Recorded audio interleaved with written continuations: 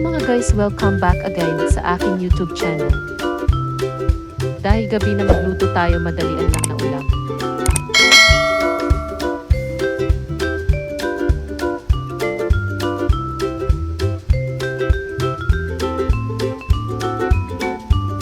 Meron na akong nakamarinate na pork belly na ready to cook na.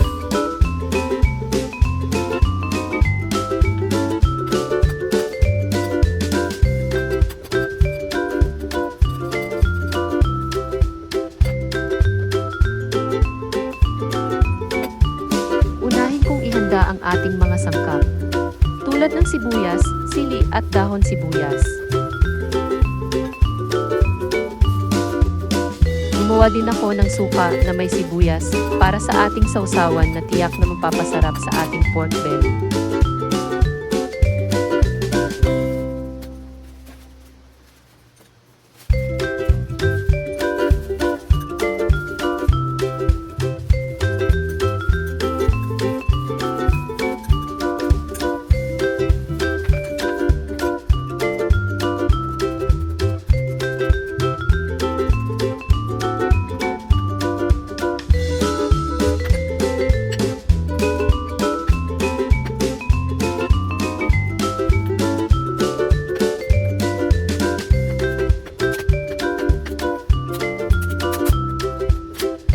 Maglalagay din ako slices na pepino.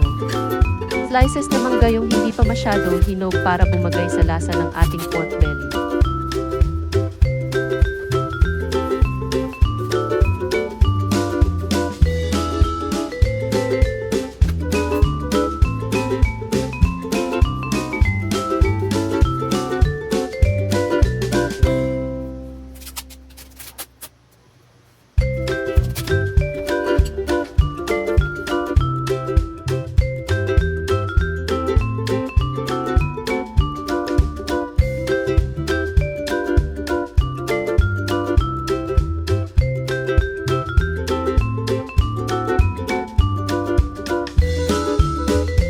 Ito na ating pork belly at kaning lamig.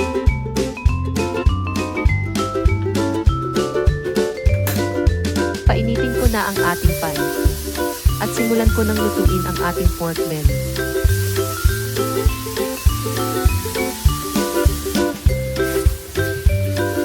Dahil sa madali lang naman ito lutuin. Check natin kapag medyo luto na baliktarin natin para yung kabila side naman ang maluto.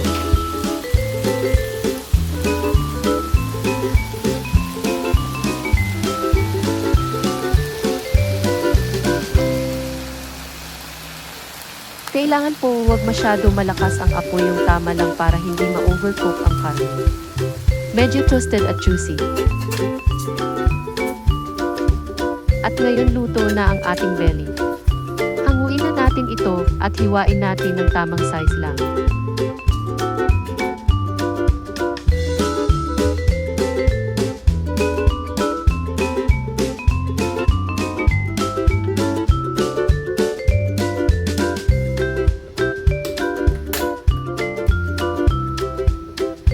Ngayon naman ihahanda ko na ang ating garlic fried rice. Painitin ko na ang pan at lagyan ng konting oil lang.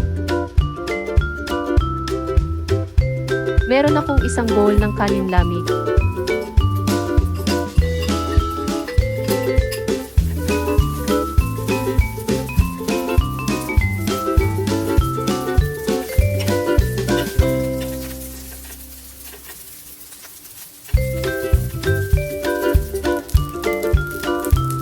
Ko lang ito ng asin para natural lang ang lasa niya. Haluin ng mabuti para pantay ang luto.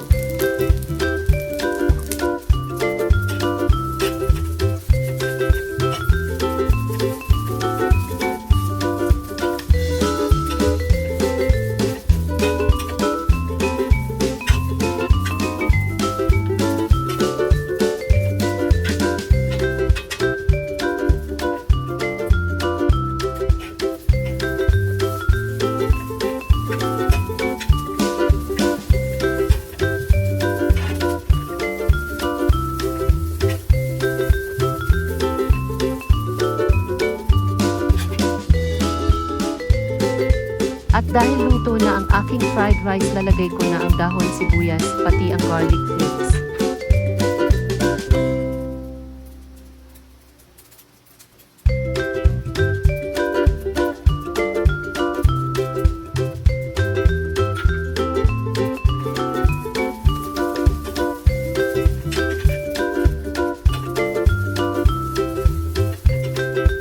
Haluin natin ng mabuti para maglasa ang flavor ng ating sibuyas at garlic.